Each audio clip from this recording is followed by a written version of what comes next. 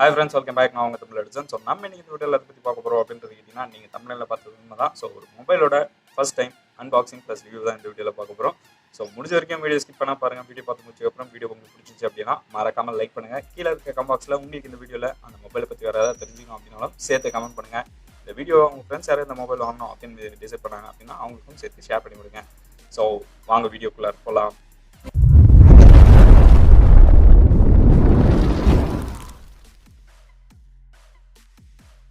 Okay friends, first இந்த மொபைலோட unboxing பார்த்துட்டு வந்துருவோம். ஸோ அதுக்கப்புறமா இதோட டீட்டெயிலான ரிவ்யூ என்னென்ன அப்படின்றத பார்க்கலாம் வாங்க.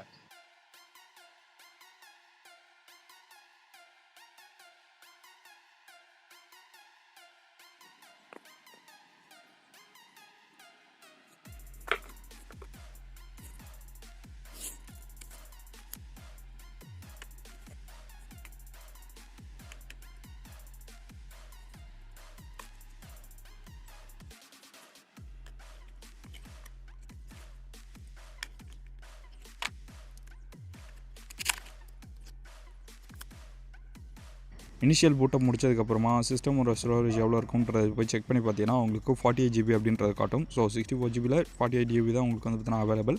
அதே ஃபைல் மேனேஜரில் போய் செக் பண்ணி பார்த்தீங்க அப்படின்னா உங்களுக்கு 51 GB அவைலபிள் அப்படின்றத காட்டும். இப்போ இந்த மொபைலோட டிசைன்லேருந்து நம்மளோட ரிவ்யூ ஸ்டார்ட் பண்ணுவோம். ஸோ ஃப்ரண்ட் வியூ அப்படின்றது வந்துன்னா உங்களுக்கு டாப்பில் ஒரு டாட் நாச் கேமரா, மேலே வந்துட்டுனா ஒரு ஸ்பீக்கரும் இருக்கும். ஸோ பேக் வியூ அப்படின்னு பார்த்தீங்கன்னா ஒரு குவாட் கேமரா செட்டப், அதுக்கப்புறம் வந்துட்டுனா உங்களுக்கு அடிஷனல் ஃபிங்கர் பிரிண்ட் சென்சரும் இருக்குது. ஸோ டாப் வியூ அப்படின்னு பார்க்கும்போது உங்களுக்கு வந்துட்டுனா ஒரு ஐஆர் பிளாக் ஸ்டெப்பர்ஸ், நாய்ஸ் கேன்சலேஷன் மைக். பாட்டம் வியூவில் உங்களுக்கு நார்மலாக வந்துட்டுனா 3.5 mm ஆடியோ ஜாக், அதுக்கப்புறம் வந்துட்டுனா ஒரு செகண்டரி நாய்ஸ் கேன்சலேஷன் மைக், அதுக்கப்புறமா சார்ஜிங் பாயிண்ட், அதுக்கப்புறமா வந்துட்டுனா ஒரு ஸ்பீக்கரும் கொடுத்துருக்காங்க, செகண்டரி ஸ்பீக்கர். ஸோ அதுக்கப்புறமா நார்மலாக வந்துட்டுனா உங்களுக்கு லெஃப்ட் சைடில் ஸ்லிம் ஷாட்டும், ரைட் சைடில் வந்துட்டுனா volume up and down plus வந்துட்டுனா பவர் அப் பட்டனும் கொடுத்துருக்காங்க. ஸோ ஓவரால் டிசைன் அப்படின்றது வந்துட்டுனா இதுதான். ஸோ அடிஷ்னலாக இதில் வந்துட்டுனா 4 வேரியண்ட்டில் கலர் வருது. ஸோ 2 கலர் வந்துட்டுனா ஃபுல் அண்ட் ஃபுல் பிளாக், அதுக்கப்புறம் வந்துட்டுனா க்ரீன் இருக்கும். ஸோ மீதி இருக்கிற 2 வேரியண்ட் அப்படின்றது வந்துட்டுனா மிக்ஸ்டு கலர் மாதிரி இருக்கும். ஸோ 2 கலர் வந்துட்டுனா மிக்ஸ் பண்ணியிருப்பாங்க. ஸோ நான் பை பண்ணணும் அப்படின்னு நினச்ச கலரே வந்துட்டுனா வேறு, பட் இருந்தாலும் இந்த கலர் தான் வந்துட்டுனா அவைலபிள் இருந்துச்சு. ஸோ அதனால தான் இந்த கலர் சூஸ் பண்ணியிருக்கேன். இப்போ இந்த மொபைலோட டீட்டெயில் ரிவ்யூக்குள்ளே இருக்கலாம். ஸோ ஃபர்ஸ்ட் அப்படின்றது வந்துட்டுனா டிஸ்பிளேல ஸ்டார்ட் பண்ணுவோம். ஸோ டிஸ்பிளேவோட சைஸ் அப்படின்றது வந்துட்டுனா 6.53 inches. ஸோ சென்டிமீட்டரில் கன்வெர்ட் பண்ணிட்டேன் அப்படின்னா 16.58 சென்டிமீட்டர் கொடுத்துருப்பாங்க. ஸோ நார்மலாக நான் முன்னே யூஸ் பண்ண Redmi 7 அப்படின்ற மொபைலோட கிட்டத்தட்ட வந்துட்டுனா ஒரு 0.20 inches உங்களுக்கு வந்து ஜாஸ்தி அப்படின்னு கூட சொல்லலாம். ஸோ இதோட டைப் அப்படின்றது வந்துட்டுனா full HD plus IPS LCD display உங்களுக்கு கொடுத்துருக்காங்க. இதோட ஸ்க்ரீன் ரெசல்யூஷன் அப்படின்றது வந்துட்டுனா 2340 x 1080 அப்படின்றது தான் இதோட ரெசல்யூஷன். ஸோ ஓவராலாக இதில் உங்களுக்கு டிஸ்பிளே மேலே வந்துட்டுனா ஒரு கார்னிங் கொரில்லா கிளாஸ் 3 அப்படின்ற ப்ரொடெக்ஷன் இருக்குது. ஸோ வழக்கமாக நம்மளோட ப்ரீவியஸ் Redmi மொபைல்ஸில் வந்துட்டுனா பேக்லையும் கொடுப்பாங்க, பட் இதில் வந்துட்டுனா ஃப்ரண்ட்டில் மட்டும்தான் உங்களுக்கு கொடுத்துருக்காங்க கார்னிங் கொரில்லா கிளாஸ் ப்ரொடெக்ஷன். பேக்கில் வந்துட்டுனா அப்படியே விட்டுருக்காங்க. ஸோ இது வந்துட்டுனா கிளாசிக்கல் அப்படின்றதையும் தெரிவிச்சுக்கிறேன். அடுத்து அந்த மொபைலோட கேமரா பற்றி பார்ப்போம். ஸோ ஃப்ரண்ட் கேமரா அப்படின்றது வந்துனா ஒரு 8 MP கேமரா கொடுத்துருக்காங்க. பேக்கில் வந்து உங்களுக்கு வந்துட்டுனா 30 MP பிரைமரி கேமராஸ் ப்ளஸ் அது கூட சப்போர்ட்டியாக வந்துட்டுனா 8 MP ultra wide angle, 5 MP வந்துட்டுனா மேக்ரோ சென்சார், அதுக்கப்புறம் 2 MP வந்துட்டுனா டெப்த் சென்சாரும் கொடுத்துருக்காங்க. ஸோ ஓவராலாக பொறுத்த வரைக்கும் செல்ஃபியில் எனக்கு பகலில் எடுக்கும்போது ஓகே, பட் நைட்டில் அதாவது லோ லைட்டில் அப்படின்னு பார்க்கும்போது கொஞ்சம் வந்துட்டுனா ஃபோன் தடுமாறுது அப்படின்னு கூட சொல்லலாம் ஃபோட்டோஸை. அதுக்கடுத்து பேக்கில் இருக்கிற ஃபோட்டோஸுக்கும் வந்துட்டுனா உங்களுக்கு சாம்பிள்ஸ் இதிலே ஆட் பண்ணுறேன். ஸோ அதை பார்த்துட்டு உங்களுக்கு கேமரா ஓகேவா இல்லையா அப்படின்றதையும் கமெண்ட் பாக்ஸில் மென்ஷன் பண்ணுங்கள்.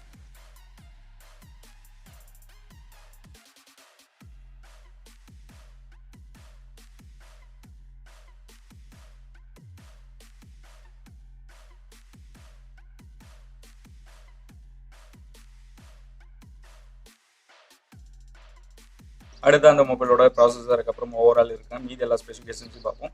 ஸோ இதோட OS அப்படின்றது வந்துட்டுனா Android 10 உங்களுக்கு ரன் ஆகிட்டு இருக்கு. MIUI 11 ஸ்கின்ல உங்களுக்கு வந்துட்டுனா கொடுத்துருக்காங்க, பட் MIUI 12 கொடுத்ததுனாலும் இன்னும் ஒரு நல்ல விஷயம் அப்படின்னு கூட சொல்லலாம்.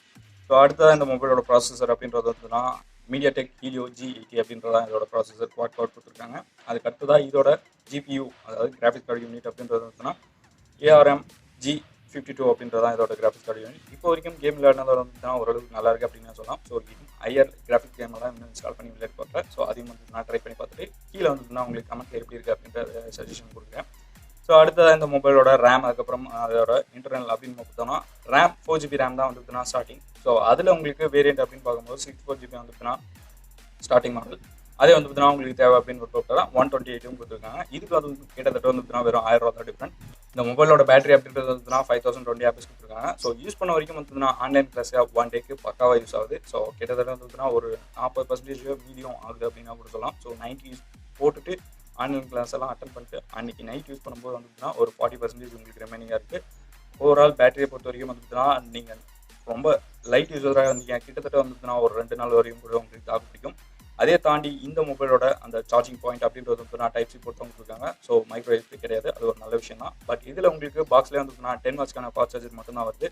ஸோ அதை யூஸ் பண்ணும்போது கொஞ்சம் வந்து டைம் எடுத்துக்கிட்டு மொபைல் ஃபுல் சார்ஜ் ஆகிறதுக்கு. அதே நீங்கள் வந்து 18 வாட்ஸ் ஃபாஸ்ட் சார்ஜர் இந்த மொபைலுக்கு சப்போர்ட் இருக்கிறதுனால எம்ஐ சைட்டில் போய் நீங்கள் தேவை அப்படின்னு போட்டிங்கன்னா 18 வாட்ஸ்க்கான சார்ஜரும் வாங்கி யூஸ் பண்ணும்போது கொஞ்சம் குயிக்காக வந்துட்டுனா உங்களோட மொபைல் சார்ஜ் ஆகும்.